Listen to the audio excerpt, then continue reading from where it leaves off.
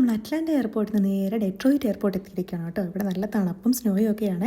Michigan എന്ന് പറയുന്ന സ്റ്റേറ്റിലാണ് ഈ ഡെട്രോയിറ്റ് എന്ന് പറയുന്ന സിറ്റി. ഇതൊരു ചെറിയൊരു എയർപോർട്ടാണ് കേട്ടോ. അവിടെ നമ്മൾ ബാഗേജ് ഒക്കെ എടുത്ത് പുറത്തിറങ്ങി ഇച്ചിരി നേരം അവിടെ തന്നെ വെയിറ്റ് ചെയ്യണം. കാരണം നമ്മൾ ഇവിടുന്ന് ഡ്രൈവ് ചെയ്താണ് കാനഡയ്ക്ക് പോകുന്നത്.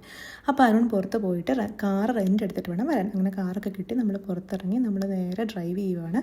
ഇതാണ് അംബാസഡർ ബ്രിഡ്ജ്. ഈ അംബാസഡർ ബ്രിഡ്ജാണ് US-ഉം കാനഡയും തമ്മിൽ കണക്ട് ചെയ്യുന്ന ബ്രിഡ്ജ്. ഇതിൽ കൂടെ വേണം പോകാനായിട്ട് കാനഡയിലേക്ക്.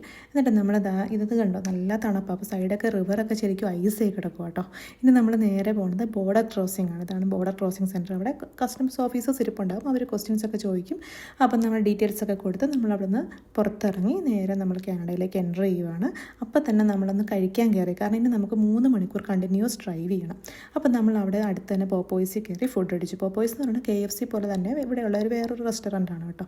അപ്പോൾ അവിടെ കയറി ഫുഡൊക്കെ അടിച്ച് നമ്മൾ ഇനി നേരെ ഡ്രൈവ് ചെയ്യാൻ പോവാണ്. അപ്പം പോണ വഴിക്കൊക്കെ 2 സൈഡിൽ നല്ല സ്നോയാണ് കേട്ടോ.